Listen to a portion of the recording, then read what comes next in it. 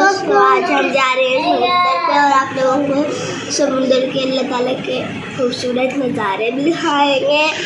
और घर से निकलने से पहले सफ़र की दुआ भी पढ़नी चाहिए। तो सफ़र की दुआ